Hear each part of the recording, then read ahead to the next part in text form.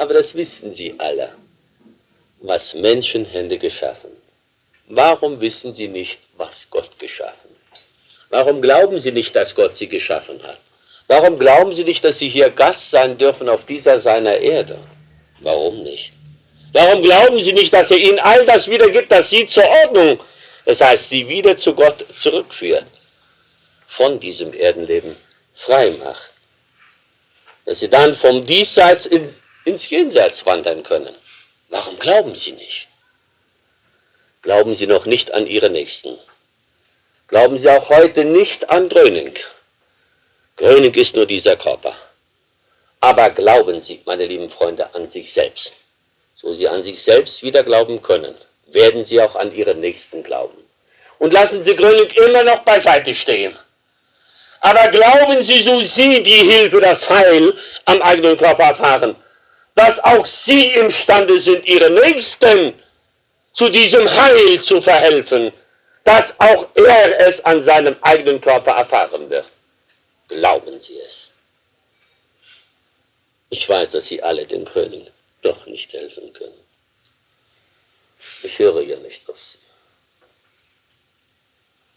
Und das, was Sie haben, wenn ich das aufnehme, ich spüre alles.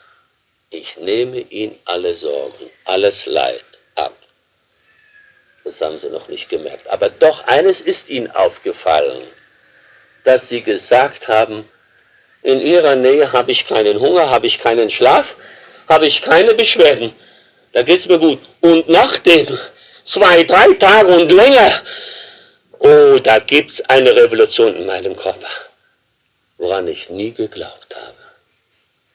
Ich habe Kraft aufgenommen, ohne es gewusst zu haben. Und diese Kraft wirkte in mir, in meinem Körper und führte ihn auch zur wirklichen Ordnung. Er, der Körper, hat jetzt das Heil erfahren. Wundervoll.